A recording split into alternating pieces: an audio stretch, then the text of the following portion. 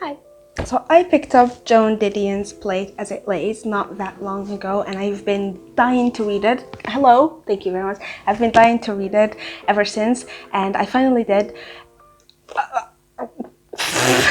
Hi though, hello before everything. I hope you're okay. How are you? I hope everything's okay. If not, let me know. We'll discuss in the comments. We'll try to figure something out for you. This video is gonna be a little bit of a mess. I didn't plan on making this video. I didn't plan on filming this at all. I just wanted to read it and enjoy it, and that's it. But I couldn't. Plate as It Lays follows Mariah and some other characters. It's not a big cast, but it is an impactful cast. Mariah is a 30-something actress in the 60s that is battling with her nothingness, an absurdist kind of view on life. Mariah's husband is a filmmaker, and he has worked on a lot of the films, if not all of the films that she has been an actor in. Let's start with the layout of the book. It is hazy. It's a very, very hazy, like West Coast situation. It doesn't shy from setting the settings, and it does them beautifully. I honestly feel a little bit silly saying this about Joan Didion because she's a genius. No, it doesn't shy away from setting the setting. It's really, really, really hazy. It feels almost like a fever dream at certain points, which I genuinely enjoyed. It's not a read for everyone. Definitely, it's not gonna be a read for everyone. The thing that I'm not gonna say surprised by, but I don't know, like I'm most taken aback by is the fact that the book is a stream of consciousness, yet I loved it and I didn't get lost once. And even when I was confused, it's not that I got lost because it's a stream of consciousness, it's that there are layers to it. There are a shit ton of layers to it, and I just wanted to go back and forth just to try to understand the layers that it is giving me, that I'm sure there are a shit ton of layers that I completely missed. So the first 3 chapters are sort of an introduction to 3 characters, Mariah, Helen, and Carter. Side note, after finishing the book, I kind of wish we had an introduction from Bez. I don't know how to say the name. It's BZ, that's how it's written. I'm just gonna call him Bez.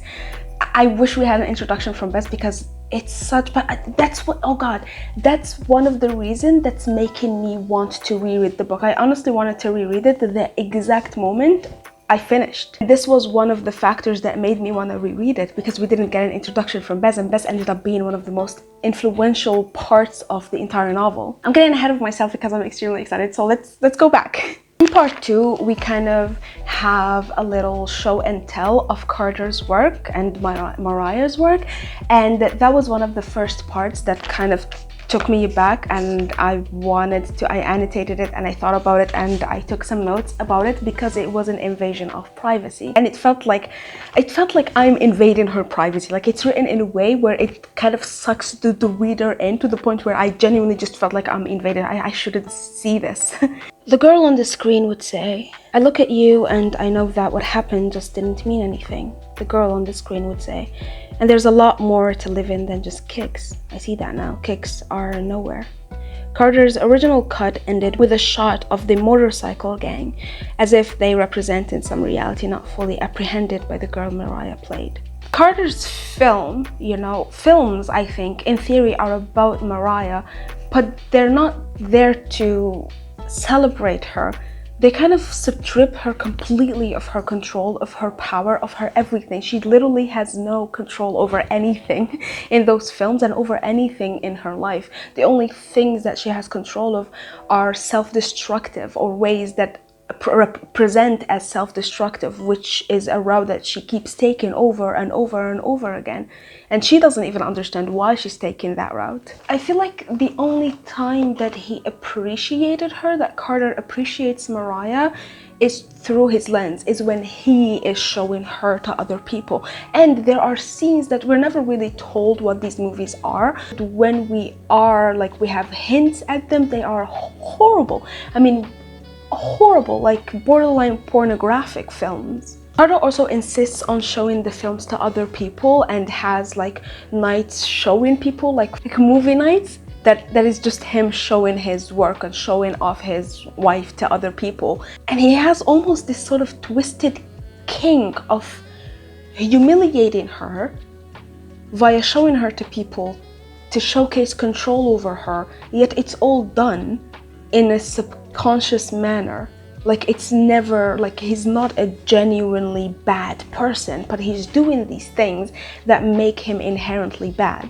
And my feeling when it comes to this has been affirmed continuously because of Mariah's reaction. After the titles, she had to sit outside on the beach smoking cigarettes and fighting nausea for 72 of the 74 minutes. Later on, Carter tells her that she doesn't understand anything. That's why she's having these reactions, as if it's not her body, as if she doesn't own herself.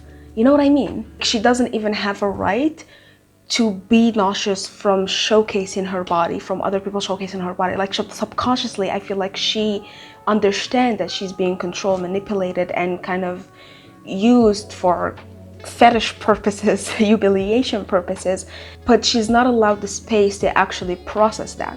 Her reaction, the nausea, the need to leave the room, the immediate wanton need to smoke, kind of her body rebelling against this violation, is even if she hasn't processed the idea that she's actually being humiliated and controlled and played with.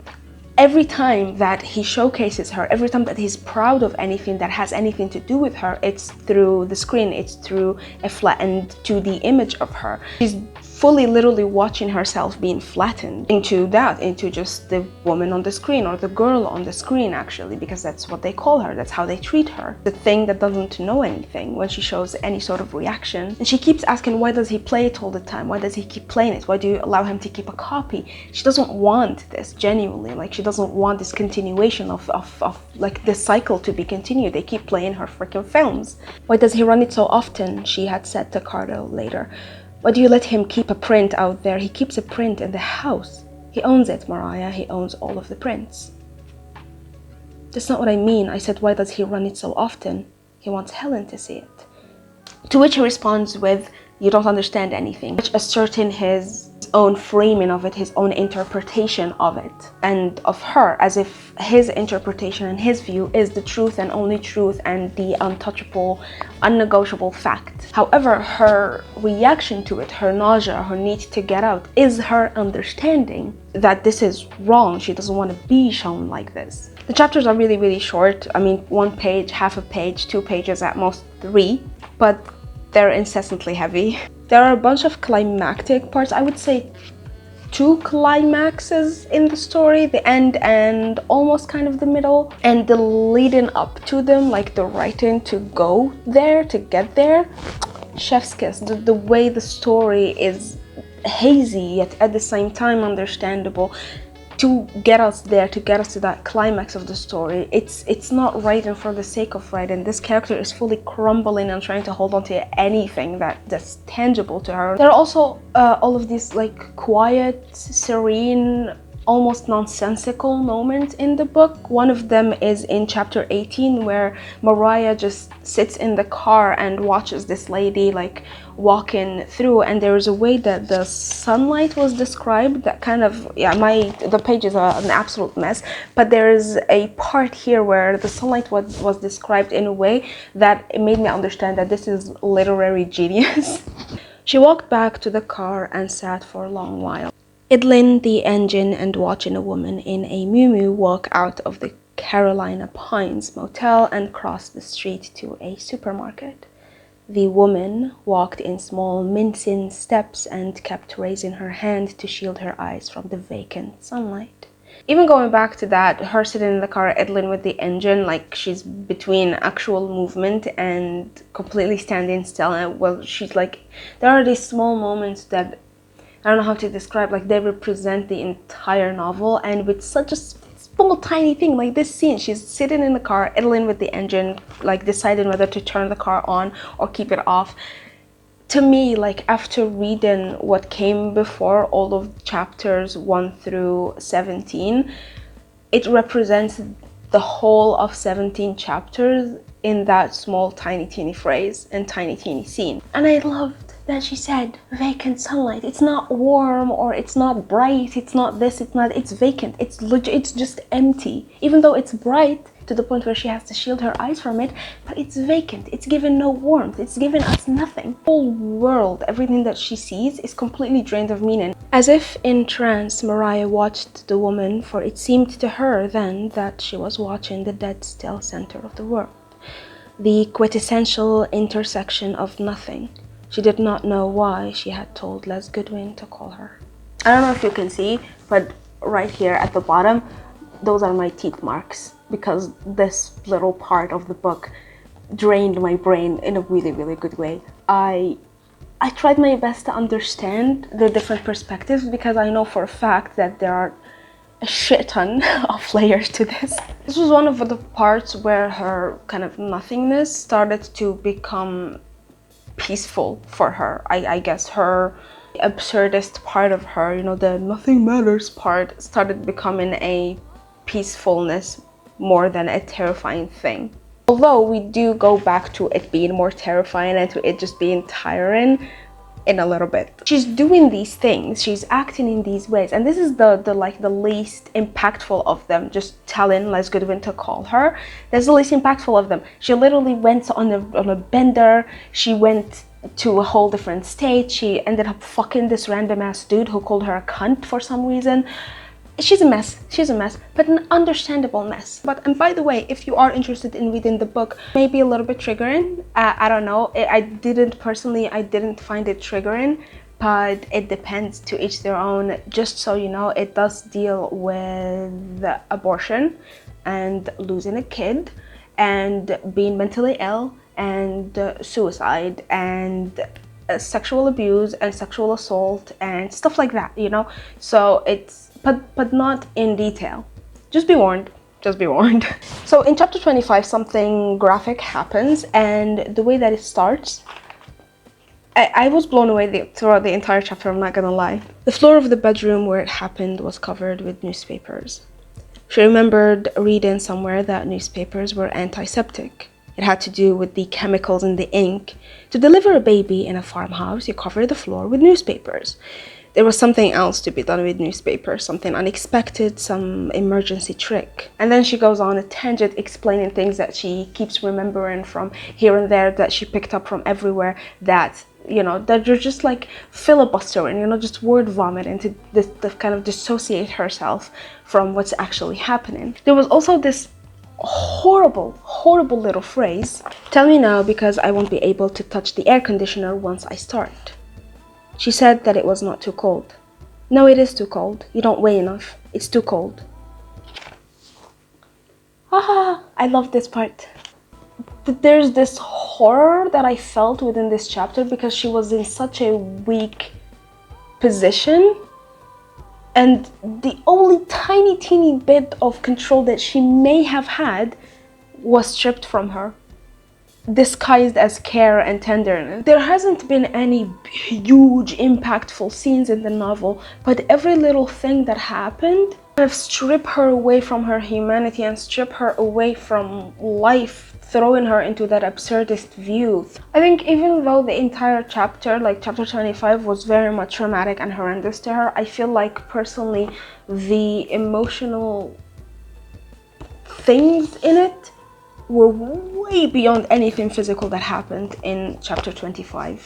Because what's incredible about this to me is that Mariah never like screams throughout what's happening to her. She never reacts physically. She never jolts or jerks or this or that. There's nothing from her. Everything is mental. Like once it starts happening, the moment she goes in, the first thing she notices is the newspapers on the floor, and then that's it. She's away, and she keeps remembering these things and discussing these things. And the one time where she went back into reality, I hope it goes gravity chokes. You saw him, but he won't. Sorry. When she comes back to reality, the one little tiny speck of perceived control is taken away from her. A part where she described her life like day in, day out, and how at the end of each day, when she lays down, all she thinks about are the voices that she heard throughout the day, and the smells of people throughout the day, and the temperature in different rooms, and the wallpaper, and this and that. There's nothing necessarily of of importance, but at the same time it's all important because those are the things that are keeping her in check, as much of in check as you can be. No moment more or less important than any other moment, all the same. The pain, as the doctor scraped, signified nothing beyond itself. No more constituted the pattern of her life than did the movie on television in the living room of the house in Encino. Everything blended together, and she reached a point where she can't tell, even between the genuine, full-on traumatic big things in her life to something that is insignificant and small and short-lived and fickle as just a girl walking next to her, or a smell that she picked up, or something as equally important or not important, really. And that is a trauma response that is so freaking looked over, and I love that it's included here. And I especially love that it's included in this way. Like, it's not analyzed, it's just put in the book the way a person would experience it in life. At the end, something happens and Bez is very much involved in it, and I did appreciate the relationship between Mariah and Bez because they are both very much fucked up. Has been experiencing the same things. However, throughout the novel, even though he told her once that you're getting close to where I am, I feel like Bez has been excused throughout the novel for behaving the way that she has been behaving, because he's not held up to the same expectations as she is. I feel like by the end, Bez and Mariah were not only like experiencing the same thing, but they were the same creature. They were both completely alienated and ostracized and kind of pitied out and hallowed out by the same world that they contribute to. But the way the world receives that couldn't be more different. I mean, his, I don't know, despair, his fucked upery is kind of glamorized by everyone around him. He's considered cynical and sardonic and facetious and sarcastic, and it's glamorized, it's romanticized by everyone around him. Yet at the same time, where he's considered sardonic, she's considered a bitch. Where he's considered funny and this and that, she's just considered a cunt. She was called these names for behaving the same way that Bez has been behaving. Her, on the other hand, her numbness, everything about her is pathologized. She dissociates, withdraws, she's mad, she's a bitch, she's that, she's this, she's unfeminine, she's a vegetable. At the end of it, it's just basically her void and emptiness and the nothingness is pathological. Yet his is philosophical and, you know, worth studying. I'm dreading writing a review. I haven't written it yet because I have so many freaking notes and I don't want to miss anything, but I'm also like borderline just thinking that I'm just gonna give it 4.5 or 5 stars and be done, and just say cool book and be done with it. But I want to write everything that I just said and more because I have a lot of notes about it. That's it though. If you read the book, let me know what you thought about it. I would love to discuss anyone about this book because I'm still kind of taken aback by the whole thing. If you haven't read it, give it a go, and check the trigger warnings and check everything. And if you're already battling depression or nothingness and emptiness and stuff like that, I don't know, it may help, it may not. Just keep it in mind that the book is very much an absurdist manifesto. I don't know. But that's it. I'll see you next video. I love you.